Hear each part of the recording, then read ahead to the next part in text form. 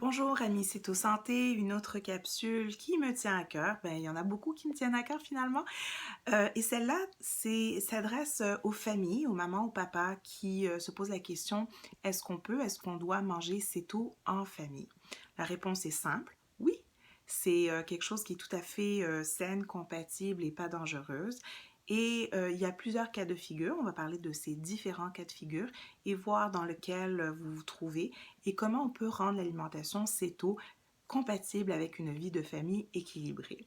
Premier cas de figure, vous êtes le ou la seule à manger céto dans votre famille. Vous posez la tête, mais ça va devenir compliqué. Est-ce que j'ai besoin de préparer des repas différents pour chacun des membres de ma famille? La réponse est simple, c'est pas nécessaire. Moi, je peux parler de mon expérience personnelle. Je suis pas mal la seule à avoir besoin de manger céto dans ma famille. Ce que je fais, c'est que j'ai préparé ma protéine, mes légumes en quantité, je dirais, familiale. Tout le monde va manger les mêmes protéines et les mêmes légumes. Je vais les cuisiner dans un gras sain qui est bon pour toute la famille. Et je peux faire ou je peux préparer un à côté de glucides que ceux qui consomment des glucides vont manger. Mon choix de glucides pour ma famille va toujours être un choix de glucides sains et en petite quantité. Donc, j'ai essayé d'être le plus consciente possible de mes choix personnels, mais aussi des choix auxquels je vais exposer ma famille, surtout mes enfants, pour m'assurer qu'on ne va pas tomber dans une addiction à des glucides sans aucune valeur nutritive. Alors, quand je prépare des glucides pour ma famille, ça va être des grains plus complets, ça va être des légumineuses. On va aller chercher des sources qui sont beaucoup plus bénéfiques pour la santé que des sources complètement vides en termes nutritifs ou nutritionnels. Donc ça, c'est une manière de dire tout le monde peut manger de la même manière dans la famille.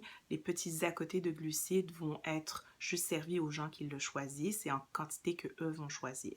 Moi, j'ai tendance à rajouter dans mon assiette peut-être un peu plus de fromage ou un peu plus d'huile d'olive au-dessus de mes légumes pour venir combler mes besoins caloriques, mes besoins de gras. Et généralement, ça fonctionne bien. Ma famille est contente, adore les repas que je prépare et ça fait l'affaire de tout le monde sans trop me compliquer la vie.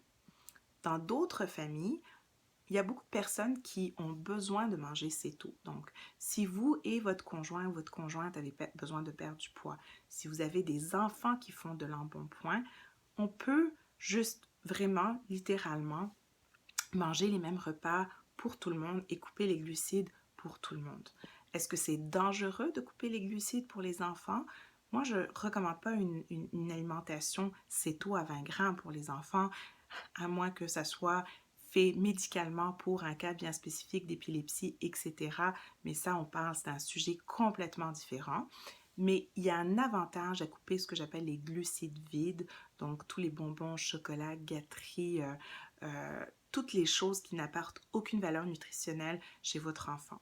Il y a un endocrinopédiatrique très réputé aux États-Unis qui s'appelle Robert Lustig qui a pardon, Ludwig, qui a publié une étude il n'y a pas si longtemps que ça, je pense en 2017, qui montre que si on coupait les glucides, entre guillemets, vides, donc l'alimentation ultra transformée, chez des enfants pendant une période très courte de quelques semaines, on est capable de renverser pas mal toutes les valeurs de dysfonction métabolique. On baisse leur mauvais cholestérol, on améliore leur glycémie, et donc, ce qu'on veut chez nos enfants, c'est d'éviter de les exposer à de l'alimentation ultra transformée, donc toutes les espèces de biscuits qu'on achète sur les tablettes, tous les bonbons, toutes les choses là qui ont énormément de fructose à l'intérieur, qui vont leur donner un foie gras en jeune âge. Alors, une des choses qui moi, me sidère, qui me touche personnellement,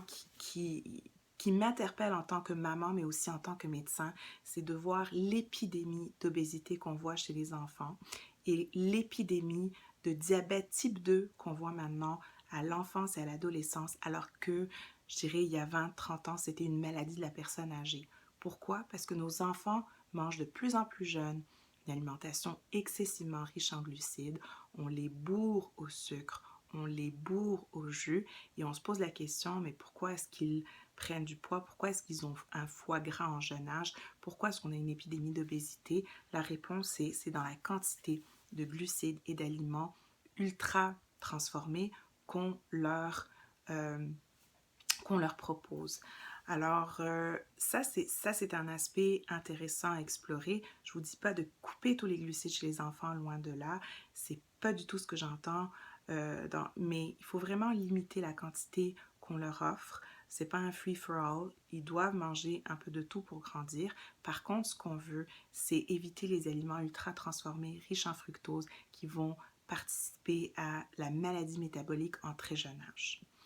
Alors, donnez-leur à boire du lait 3,25 au lieu de leur donner à boire du jus ou du lait écrémé. On sait maintenant, il y a des études qui ont démontré que le lait écrémé donne plus de risque de développer une obésité à l'âge d'adolescence ou d'adulte que le lait complet chez l'enfant. Donc ça aussi, un point intéressant.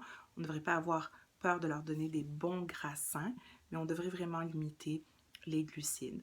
L'autre chose que cet endocrino-pédiatrique nous apprend à travers ses livres, à travers ses articles et ses publications, c'est que le sucre est une véritable drogue et que le sucre, c'est l'équivalent de l'alcool chez les enfants. Alors, est-ce que vous donneriez à boire de l'alcool à vos enfants? Non. Par contre, le sucre, le fructose et le sucre de table ont le même effet sur le foie que de boire de l'alcool. Et on développe aussi des addictions au sucre très jeune dans l'enfance. Alors, c'est important de dire, oui, on peut faire plaisir à nos enfants. Ce plaisir-là ne devrait pas être exclusivement en les gâtant avec des gâteries. On devrait trouver d'autres moyens de les réconforter, de les récompenser que de leur offrir des bonbons, du chocolat, des sucreries, des biscuits. On peut préparer des mets maison, on peut aller leur donner des collations faites de fromage, de petites noix, si évidemment ils ne sont pas allergiques. C'est important de réaliser que oui, on peut tout manger en modération, on peut manger le petit gâteau à l'occasion dans une fête d'enfants, mais il ne faut pas que ça soit la base de notre alimentation quotidienne. Les parents me disent des fois, mais qu'est-ce que vous voulez que je donne à manger à mon enfant le matin? Les céréales, c'est tellement facile et pas compliqué. Quand on regarde la quantité de sucre qu'il y a dans les céréales destinées aux enfants, c'est pire que du gâteau dans certains types de céréales. Alors, ne donnez pas, est-ce que vous donnerez une tranche de gâteau à manger à votre enfant tous les matins au petit déjeuner? Non. Alors, pourquoi est-ce qu'on se sent complètement, je dirais, tout à fait correct, d'accord, de leur donner ces quantités de céréales-là le matin en disant, ben oui, tiens, un bol de céréales avec un grand verre de jus d'orange, c'est génial, c'est santé, il n'y a pas de gras, c'est super bon. Mais la quantité de sucre que tous ces aliments contiennent jour après jour va avoir un impact sur leur foie, va avoir un impact sur leur santé métabolique et va faire qu'année après année, leur santé métabolique va être de plus en plus affectée. Alors, au matin, on peut leur donner à manger des œufs, on peut leur donner à manger des tranches de fromage. Donc, il n'y a pas besoin d'avoir cette espèce de gros bol de céréales avec le verre de jus qui l'accompagne. On peut donner, oui, du pain aux enfants, il y a zéro problème avec ça, mais un pain qui n'a pas de sucre ajouté, un pain qui est très riche en fibres et qui est riche en protéines. Puis, il y a plusieurs pains comme ça sur le marché.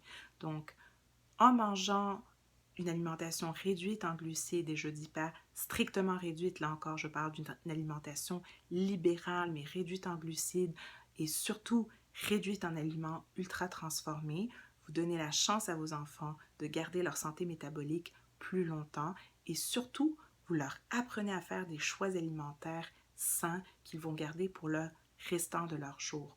On veut aussi qu'en mangeant, en n'utilisant pas la nourriture comme une source de récompense ou de réconfort, que vous évitiez à vos enfants de développer une relation affective, émotive, négative avec la nourriture qui vont traîner tout le restant de leur vie. Sur ce, je peux vous dire que manger ses tôt en famille, ça se fait bien, c'est délicieux et il n'y a pas d'inquiétude à ce qu'il y ait des déficits nutritionnels si vous allez chercher toutes les vitamines, les minéraux, les protéines que vous avez besoin dans des aliments les plus naturels possibles et dans des quantités suffisantes pour répondre à votre faim et à la faim de vos enfants. Merci encore pour votre attention et bon appétit en famille.